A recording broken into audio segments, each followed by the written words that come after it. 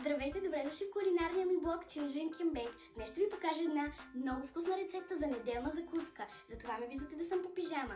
Днес ще ви покажа най-готината рецепта за шарени палачинки. Ако не знаете какво са шарени палачинки, в края на това видео ще разберете. Да започваме! Ще ви трябва 4 яйца, 4 супени лъжици захар, щипка сол, 500 мл прясно мляко, 100 мл олио, 300 мл кипяща вода, 300 г брашно и 2 супени лъжици какао. За необходими пособия ще ни трябва 2 купички, едната голяма, другата малка. Ще ни трябва бъркалка и пош. Ще видите защо. Да започваме. В купа разбиваме яйцата. Чакай, спри, трябваше да включим пачи. Това е сестра ми Ади и днес тя ще ни бъде моя помощник.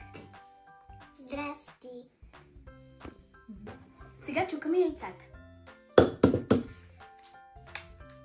Моля те, къде аз да го чукна? Не, така ще падат чулки. Добре, перфектно, перфектно. Още едно. Ето това чукни. Силно. Не! Малък инцидент, драги зрители. Ти си падай! Ми, приятели, това ни помощника ни се отказа от работата си. Ще продължим сами.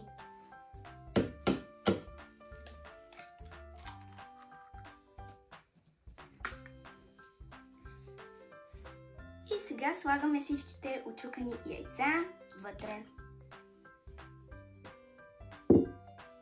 Добавяме... Къде са? Добавяме... Колко грама захар беше? След това добавяме 4 супени лъжици захар при яйцата. И ги разбиваме заедно.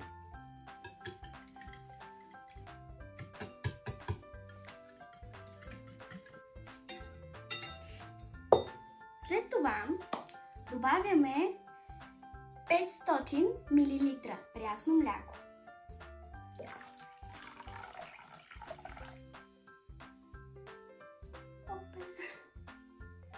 Нищо де, няколко петънца.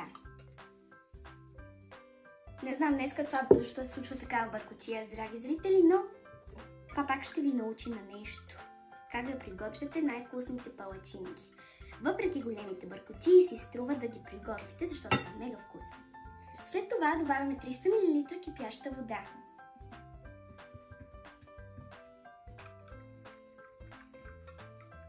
Сега добавяме малко по малко от брашното.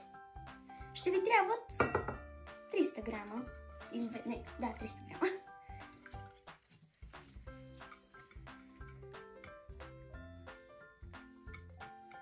Как се справям? Много добре. След това добавяме олиото към сместа. След това разделяме сместа на 2 части.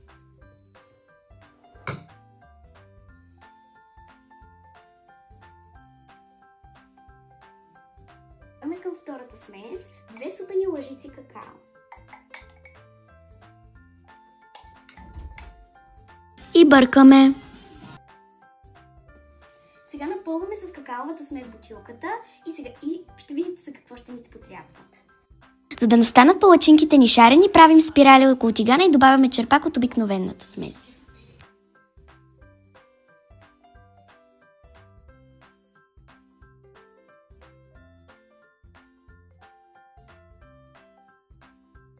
Така изглеждат за сега. Не изглеждат красиви, но са много вкусни, уверявам ви.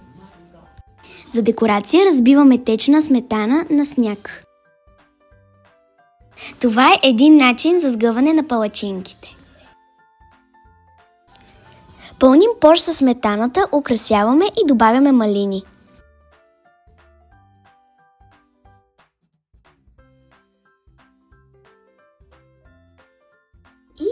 Ето така се получават най-феноменалните, най-вкусните и най-готините шарени палачинки.